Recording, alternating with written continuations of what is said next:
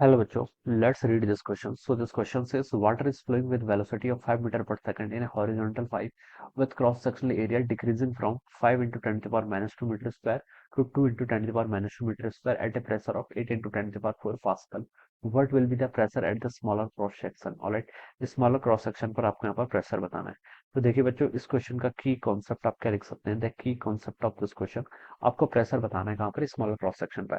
तो यहाँ पर देखिए इस क्वेश्चन का, यहाँ पर देखिए हम इक्वेशन ऑफ कंटिन्यूटी का भी यूज करेंगे और बर्नौली इक्वेशन का भी हमें यहाँ पर यूज करना पड़ेगा। ठीक है, तो ये क्या हो जाएगा बच्चों, इस क्वेश्चन का आपको यहाँ पर से की कॉन्सेप्ट हो जाएगा। ठीक है, देखिए यहाँ पर सिचुएशन में बोला क्या गया, water is flowing with velocity, ठीक है, in horizontal pipe. Horizontal pipe है, ठीक है, एक इसका large cross sectional area decrease कर रहा है, यानी कि इस तरीके का कुछ पाइप होगा। ठीक है, ये इस तरीके से आपका कुछ पाइप है। ठीक है, ऑलराइट, एक रीजन ये है। ठीक है, ऊपर जो अपर वाला रीजन है बच्चों, देखिए यहाँ पर वेलोसिटी देखिए इसकी गिवन कर रखी है कितनी, 5 मीटर पर सेकंड के इक्वल। ठीक है, क्रॉस सेक्शनल एरिया भी गिवन कर रखे कितना, 5 इंटू 10 की पावर माइनस 2 मीटर स्क्वायर के इक्वल। ठीक है, इसको चलिए मैं वन रीजन बोल देता हूँ, ये आपका सेकंड रीजन है, इसको टू बोल देता हूँ।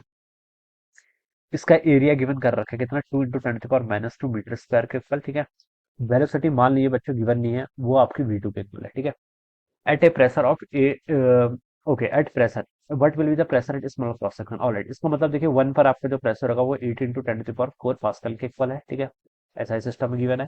P2 पर आपको यहाँ पर कैलकुलेट करके बताना, pressure at small cross section बोला गया। ठीक है, अब बच्चों देखिए इसको स्टार्ट करते हैं। यहाँ पर से देखिए पहले आप इक्वेशन ऑफ कंटिन्यूटी का यूज कर लीजिए। इक्वेशन ऑफ कंटिन्यूटी बताती है कि एरिया इंटू वेलोसिटी का प्रोडक्ट क्या होता है, आपका कांस्टेंट होता है। ठीक है, ठीक है, ये आपका आ जाएगा। तो बच्चों देखिए वन पर अगर हम देखा जाए तो एरिया कितना आपका 5 इंटू 10 की पावर माइनस 2 मीटर स्क्वायर के ऊपर इंटू वेलोसिटी कितनी, 5 मीटर पर सेकंड स्क्वायर के ऊपर, 5 मीटर पर second.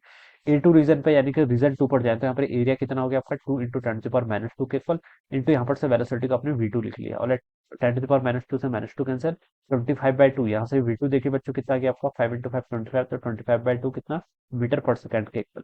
So this is the velocity at point 2 point पर आपकी इतनी वेलोसिटी आ गई। ठीक है, ये चीज आपने यहाँ पर कैलकुलेट कर ली। अब बच्चों देखिए बर्नौली क्वेश्चन का यूज करके हम बता सकते हैं। बर्नौली क्वेश्चन बताता है कि P plus rho g h plus half rho v square, ये टर्म क्या रहती है बच्चों आपकी, कांस्टेंट रहती है। This term is equal to constant. ठीक है, अब क्वेश्चन बोला गया कि ये एक हॉरिजॉन्टल पाइप है, तो मैं ये बता सकता हूँ कि 1 और 2 पॉइंट पर जो आपका प्रेशर होगा वो क्या होगा, इक्वल होगा, क्योंकि सेम हाइट पर है। ठीक है, तो इस वाले टर्म का कंट्रीब्यूशन हटा दीजिए। बस प्रेशर क्या क्या लिख लीजिए। अब देखिए ए पॉइंट पर मान लीजिए आपका प्रेशर P1 है, और ये टर्म हो जाएगा कि हाफ रो V1 का स्क्वायर, और 2 पॉइंट पर आप लिख लीजिए P2 प्लस कितना आपका हाफ रो V2 का स्क्वायर, ये टर्म यहाँ से इतनी हो जाएगी। ठीक है, आपको P2 की वैल्यू बतानी है।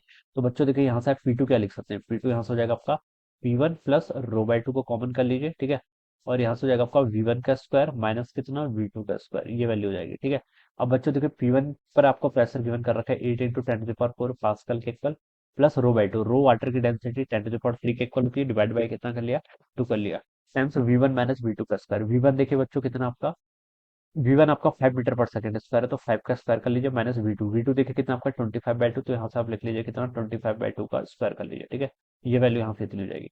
अब बच्चों देखिए इस टर्म के यहाँ पर हम सॉल्व करेंगे, तो ये हो जाएगा आपका 8 इंटू 10 की पावर 4 प्लस देखिए 1000/2 करेंगे तो आपका 500 हो जाएगा ना, ये आपका 500 हो जाएगा। 5 का स्क्वायर 25 माइनस 25/2 का हम लिख सकते हैं 625/4 लिख लीजिए। ठीक है, अभी के लिए तो इतना लिख लीजिए। ठीक है, इस सम को देखिए हम और सॉल्व कर लेते हैं, तो 500 टाइम्स देखिए 25 इंटू 4 करके तो 100 माइनस 625 करना तो माइनस 525 हो जाएगा, डिवाइडेड बाई कितना हो जाएगा 4 हो जाएगा। ठीक है, 4 से देखिए इसको मैं और कैंसिल कर लेता हूँ, ये आपका 125 टाइम्स कैंसिल हो जाएगा। ठीक है, अब बच्चों देखिए अब यहाँ पर इसको मल्टीप्लाई करेंगे, तो 125 इंटू 525 अगर हम करेंगे यहाँ पर। ठीक है, चलिए इस टर्म को मैं यहाँ पर लिख लेता हूँ।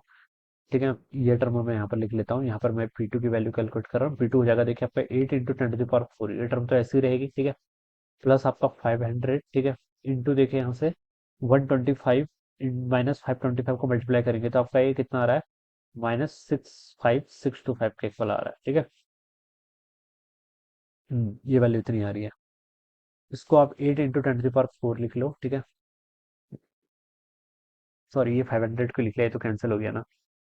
इसको तो हमने डिवाइड कर लिया ना, ये यहाँ पर हो जाएगा। ठीक है, हाँ, तो इतनी वैल्यू आ रही है। ठीक है, अब यहाँ पर क्या बच गया आपका, -65625 के इक्वल हो जाएगा। ठीक है, अब देखिए 8 इंटू 10 की पावर 4 को मैं 80,000 लिख सकता हूँ। ठीक है, और 80,000 मैंने 65 करूंगा तो पीछे तो आपका 375 आना है। ठीक है, आगे आपको 79 बचेगा, 79 माइनस 65 करूंगा तो 14375 के इक्वल आ जाएगा। ठीक है, इतना आपका पास्कल में आएगा आंसर, ठीक है।